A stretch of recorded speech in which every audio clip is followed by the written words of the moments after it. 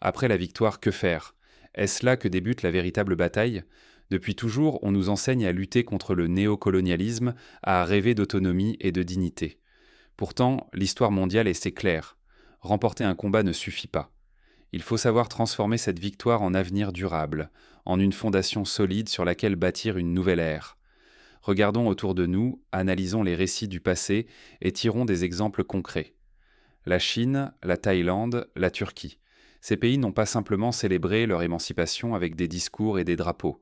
Dès la lutte, ils préparaient au déjà le lendemain. Prenons la Chine après la chute de la dynastie Qing et la longue marche vers la République populaire. Dès les premières victoires, Mao Zedong et ses alliés ont élaboré des plans quinquennaux, restructuré les terres et mis en œuvre des politiques éducatives massives. La Thaïlande, jamais colonisée mais souvent menacée, a bâti des alliances stratégiques, modernisé ses institutions tout en préservant des valeurs ancestrales. La Turquie de Mustafa Kemal Atatürk, après la victoire contre les forces d'occupation, a lancé une refondation radicale. Réforme de la langue, laïcisation, nouvelle constitution et réorganisation de l'éducation nationale. Ces succès n'ont rien d'accidentel. Ils sont le fruit d'une préparation minutieuse, d'une vision à long terme et d'une anticipation constante des défis. Ils démontrent que la fête de la victoire ne doit pas occulter la nécessité d'un travail acharné pour transformer ce succès en progrès tangible et durable. En Afrique, chaque élection semble annoncer plus de chaos que d'espoir. Les mêmes drames reviennent sans fin. Violence, migration, procès interminables et, trop souvent, la disparition de milliers de vies. Le cas du Kenya après les élections de 2007, du Nigeria en 2019 ou de la Côte d'Ivoire en 2010 illustre cette réalité douloureuse. Une victoire, qu'elle soit politique ou sociale, n'a de sens que si elle s'accompagne d'une transformation profonde des institutions et des mentalités. Le danger est immense. Si l'Afrique ne réfléchit pas à l'après-victoire, si elle ne repense pas l'éducation, la spiritualité, ses institutions et sa gouvernance, elle risque de tout perdre, rêve, potentiel économique et même l'avenir d'une génération entière. Le cycle de dépendance et de crise perdurera, condamnant le continent à l'échec, comme cela s'est produit trop souvent dans l'histoire récente. Ce n'est pas la victoire qui libère, c'est ce qu'on en fait. La vraie émancipation exige vision, organisation et anticipation. Il faut se demander, quel futur bâtissons-nous, une fois le néocolonialisme vaincu? Préparer l'après-victoire, c'est s'assurer que demain ne répète pas les erreurs d'hier, et que les enfants d'aujourd'hui deviennent des bâtisseurs confiants de sociétés fortes. Examinons maintenant comment l'histoire africaine, mais aussi celle des autres continents, prouve l'urgence de planifier le jour d'après et d'inventer une nouvelle voie. L'exemple du Vietnam, qui après la victoire contre la France puis contre les États-Unis, a su unir le Nord et le Sud, réformer son économie et s'ouvrir au monde tout en préservant ses valeurs, nous indique l'importance d'une reconstruction réfléchie. Pour comprendre l'importance de cette préparation, il faut revenir sur les leçons de l'histoire. Qu'ont fait les nations qui ont vraiment transformé leur victoire en liberté durable? Comment ont-elles évité l'écueil de la stagnation, de la division ou du retour à la dépendance? Pourquoi tant d'Africains demeurent-ils prisonniers de la pauvreté alors même que la colonisation officielle appartient au passé? L'indépendance promettait la fin du manque, l'accès aux soins et l'éducation pour chaque enfant. Pourtant, plusieurs générations après la liberté, de nombreux pays restent ligotés par des maux familiers. La pauvreté endémique, les maladies évitables et l'ignorance ralentissent toujours l'essor du continent. Les hôpitaux sont sous-équipés, les écoles ferment et des millions de jeunes voient leur avenir bloqué par une économie fragile. Malgré l'espoir immense né des luttes pour l'autodétermination, le quotidien de beaucoup n'a pas changé autant qu'ils l'attendaient. Regardons l'exemple du Botswana qui, après son indépendance en 1966, a fait le choix de la bonne gouvernance et de l'investissement dans l'éducation et la santé. Aujourd'hui, le Botswana figure parmi les pays africains les plus stables et prospère alors que d'autres, comme la République centrafricaine ou la République démocratique du Congo, peinent à sortir du cycle de la violence et de la pauvreté, faute de préparation et de vision partagée. Le découpage arbitraire des frontières, hérité du passé colonial, continue de diviser des peuples qui partageaient autrefois tradition et terre. Aujourd'hui, voyager d'un État africain à un autre se révèle souvent plus difficile que de franchir la Méditerranée.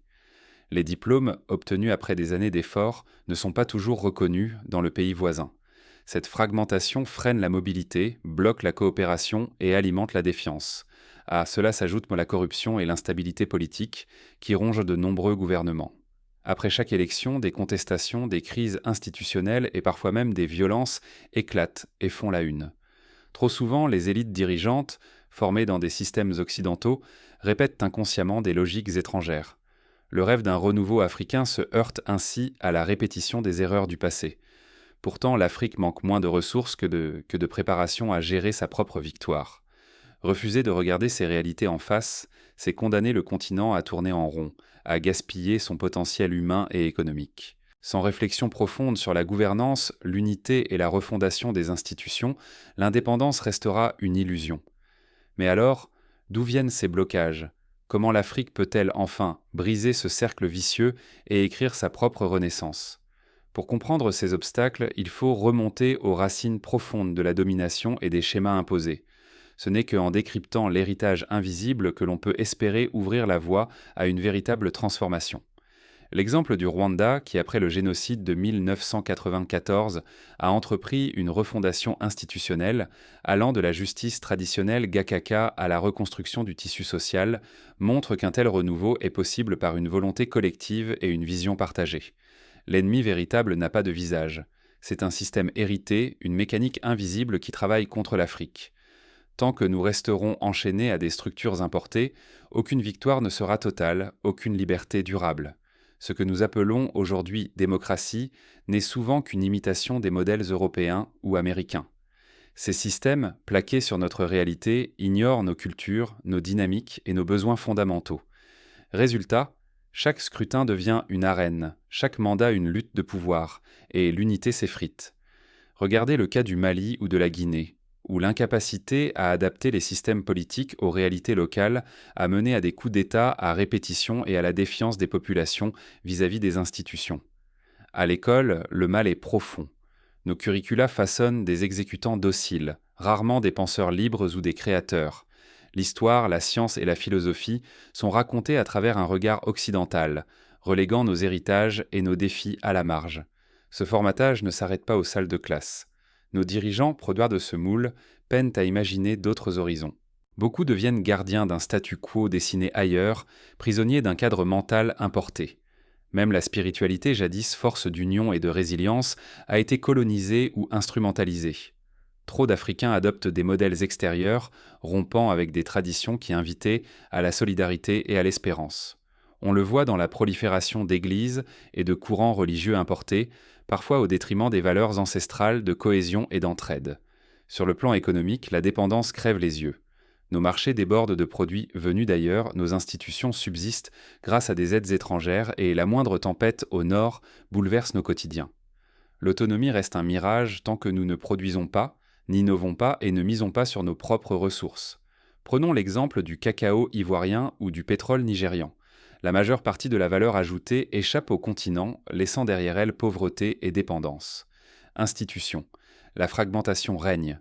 Les grandes organisations africaines avancent en ordre dispersé, sans vision commune ni stratégie unifiée. L'absence d'institutions puissantes et indépendantes condamne nos ambitions à la fragilité. L'Union africaine, malgré ses efforts, peine à s'imposer face à la puissance des bailleurs de fonds extérieurs. Rester captif de ces systèmes, c'est garantir la stagnation pour des générations entières. Le risque est colossal, perte de potentiel, d'influence et perpétuation d'une dépendance qui nous étouffe jour après jour. L'histoire du Zimbabwe, par exemple, enseigne que sans renouvellement profond après la victoire, la réussite initiale peut se transformer en crise durable. Mais la vraie libération commence le jour où nous décidons de penser autrement et d'agir sans attendre l'approbation extérieure. Le chemin sera long, semé d'embûches, mais il existe des solutions concrètes pour rompre ce cercle vicieux. Des pays comme le Cap-Vert ou Maurice, qui ont misé sur l'éducation, la bonne gouvernance et la diversification économique, prouvent que le changement est possible. Pour changer ce destin, il faut d'abord oser réinventer nos institutions et nos mentalités. La suite dévoile comment, pas à pas, l'Afrique peut reprendre le contrôle de son avenir. Il ne s'agit pas d'un slogan, mais d'un chantier collectif qui exige l'engagement de tous. Et si l'Afrique écrivait enfin, par elle-même, le livre de son destin? Et si la victoire contre le néocolonialisme n'était qu'un commencement, pas une ligne d'arrivée? Le défi désormais n'est plus seulement de vaincre, mais de transformer cette victoire en renaissance durable. Le premier pas, c'est d'oser inventer un plan africain, une vision façonnée par nos réalités, nos besoins, nos rêves. Cela exige de définir ensemble où nous voulons aller dans 20, 30 ou 50 ans et de tracer, pas à pas, la route pour y parvenir. L'exemple du plan Vision 2030 du Rwanda ou de l'agenda 2603 de l'Union africaine montre la nécessité de travailler sur le long terme, de mobiliser la jeunesse et d'inclure les femmes et les minorités dans chaque étape du processus. L'unité africaine aussi doit renaître. Il faut dépasser les frontières imposées, rêver d'un continent où les compétences, les diplômes, les idées et les talents circulent sans entrave, où chaque pays valorise la force des autres et où la solidarité devient la norme. Imaginons une Afrique où un jeune ingénieur sénégalais peut travailler librement au Kenya, où un entrepreneur camerounais peut ouvrir une entreprise au Ghana sans barrières administratives insurmontables. Mais aucun avenir sans révolutionner l'éducation. Enseigner enfin notre histoire, nos héros, nos luttes, dans toutes les écoles.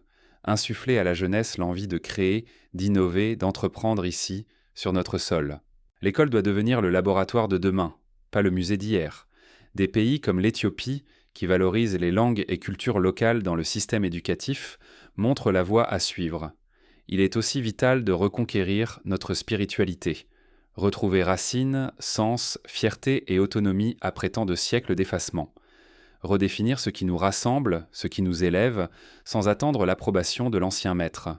Organiser des festivals panafricains, remettre à l'honneur les rites et philosophies ancestrales, encourager le dialogue interreligieux, autant de moyens de forger une identité commune et solide. L'autonomie économique passera par la production locale. Produire ce que nous consommons, transformer nos matières premières sur place, financer nous-mêmes nos universités, nos hôpitaux, nos médias. Fixer la vraie valeur de nos ressources, refuser de les brader, apprendre à les gérer pour l'avenir. L'exemple du Maroc dans l'agro-industrie ou du Nigeria dans la fintech montre que c'est possible. Enfin, il faudra exiger une politique étrangère fondée sur l'égal respect. Quitter la posture de subordination, cesser d'attendre l'aide ou l'aval de l'extérieur, imposer au monde le respect dû à un continent debout. Prendre la parole dans les instances internationales, négocier des accords équilibrés, défendre nos intérêts dans tous les domaines, au commerce, à la culture, à la diplomatie. Mais ne pas emprunter ces chemins, c'est courir le risque de la division, de la manipulation étrangère, de la fuite des cerveaux. Refuser de choisir, c'est laisser d'autres décider pour nous. L'histoire ne pardonne pas à ceux qui traversent la victoire sans vision. Les exemples du Soudan ou de la Libye, où l'absence de projet commun après la chute d'un régime a plongé le pays dans le chaos, doivent nous servir d'avertissement. Mais toute renaissance commence par un choix décisif. Agir ou subir l'histoire. Le temps presse et chaque hésitation a un prix. On dit souvent que le voyage du vendredi commence le jeudi. Il faut donc agir dès maintenant. La victoire ne se gagne pas demain, mais aujourd'hui, à travers chaque choix que nous posons, seul ou ensemble. Attendre que le changement vienne d'en haut, c'est accepter l'impuissance. Agir immédiatement, c'est ouvrir la porte à une renaissance africaine authentique. Nous devons refonder nos systèmes éducatifs. Intégrons notre histoire, nos valeurs et une vision tournée vers le futur dans chaque programme. Parents, enseignants, citoyens, participer au débat, partager des récits et inciter les écoles à embrasser une perspective africaine. L'éducation ne forme pas seulement des esprits, elle façonne des bâtisseurs de demain, conscients et créatifs. Par exemple, des initiatives comme African Leadership Academy ou Écoles sans frontières mettent en avant l'entrepreneuriat, la citoyenneté responsable et l'innovation. La gouvernance exemplaire commence à l'échelle locale. Soyez présents dans vos quartiers, villages, mairies. Exigez la transparence, refusez les privilèges injustes, montrez l'exemple dans vos gestes quotidiens. Les petites actions, multipliées par des milliers d'individus, engendrent des bouleversements nationaux. À Porto Novo, une coopérative citoyenne de femmes a réussi à transformer la gestion des déchets et à créer des emplois durables, montrant que l'engagement local peut avoir une portée nationale. L'innovation doit s'enraciner chez nous. Soutenons les jeunes créateurs, valorisons l'artisanat, privilégions les solutions adaptées à notre contexte. Une économie robuste se construit en comptant sur nos talents, sans attendre l'aval de l'extérieur. L'essor du numérique en Afrique, illustré par la start-up kenyane M-Pesa ou la plateforme nigériane Andela, prouve que l'innovation locale peut rayonner à l'échelle mondiale. Refusons les séparations héritées et engageons-nous pour l'unité africaine. Trop souvent, des frontières imposées continuent de nous diviser. Dialogue avec les voisins, implication dans les projets panafricains. Notre diversité doit devenir une force collective, jamais un frein. L'Union africaine peut servir de catalyseur, mais chaque citoyen doit aussi s'impliquer dans l'échange culturel, économique, universitaire. Réapproprions-nous notre spiritualité. Il ne s'agit ni d'oublier les blessures, ni de mythifier le passé, mais de guérir et de retisser nos liens avec nos racines. Cela passe par des rituels, des discussions familiales ou la création de nouveaux espaces de spirituel inclusifs. À Ouagadougou, des cercles intergénérationnels se réunissent pour transmettre la sagesse des anciens et réinventer les rituels de passage. Soutenir l'économie du continent, c'est choisir d'investir et d'acheter local. Encourager les entreprises proches, valoriser les produits régionaux, faites pression pour que les politiques favorisent les intérêts africains. Chaque achat, chaque investissement compte. Au Sénégal, le mouvement Consommons local favorise l'agriculture familiale, relance l'emploi et réduit la dépendance alimentaire. Ne sous-estimez jamais la puissance de vos décisions journalières. Chacun prépare à sa manière la victoire de demain. L'Afrique nouvelle ne se fondera ni sur des slogans ni sur des promesses vaines, mais sur des actes tangibles portés par une société éveillée et résolue. Alors, quel rôle allez-vous jouer dans la préparation de l'après-victoire ? L'avenir commence aujourd'hui dans l'engagement de chacun.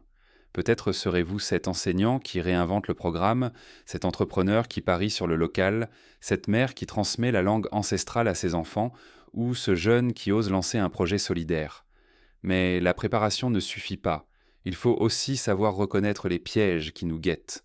Quels sont les obstacles majeurs à surmonter pour que cette victoire ne soit pas éphémère ? Le lendemain de la victoire sera ce que nous en ferons collectivement et individuellement.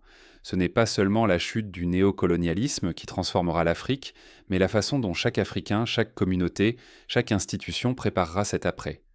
Si nous nous contentons de discours sans passage à l'action, nous risquons de répéter les erreurs du passé et de manquer une opportunité historique rare. L'histoire africaine regorge de révolutions avortées, de rêves brisés par manque d'anticipation. L'indépendance ne marque jamais une fin, elle ouvre la première page d'un chantier immense. L'Afrique ne peut plus vivre d'espoir ou de slogans. Il lui faut imaginer, planifier et bâtir son avenir main dans la main. La responsabilité n'appartient pas qu'aux chefs d'État ou aux institutions. Elle était partagée par chaque enseignant, entrepreneur, étudiant, famille, artiste, ingénieur, agriculteur. C'est dans la pluralité de nos idées, dans l'entraide et dans chaque action locale que se fabrique le futur du continent. Négliger la préparation, c'est condamner nos sociétés à l'immobilisme, à la perte de potentiel, à l'humiliation sur la scène mondiale. Mais anticiper, c'est préserver notre dignité, notre autonomie économique et politique, notre fierté et notre mémoire. La vraie question n'est plus « que feront les autres ?», c'est « que ferons-nous, chacun à notre échelle, pour transformer la victoire en véritable renaissance ?» Le moment est venu d'imaginer, de débattre, de proposer des solutions tangibles. Partageons nos expériences, nos réussites comme nos échecs. Ensemble, ouvrons une voie nouvelle pour l'Afrique. Le changement commence par un geste, une voix, une initiative locale.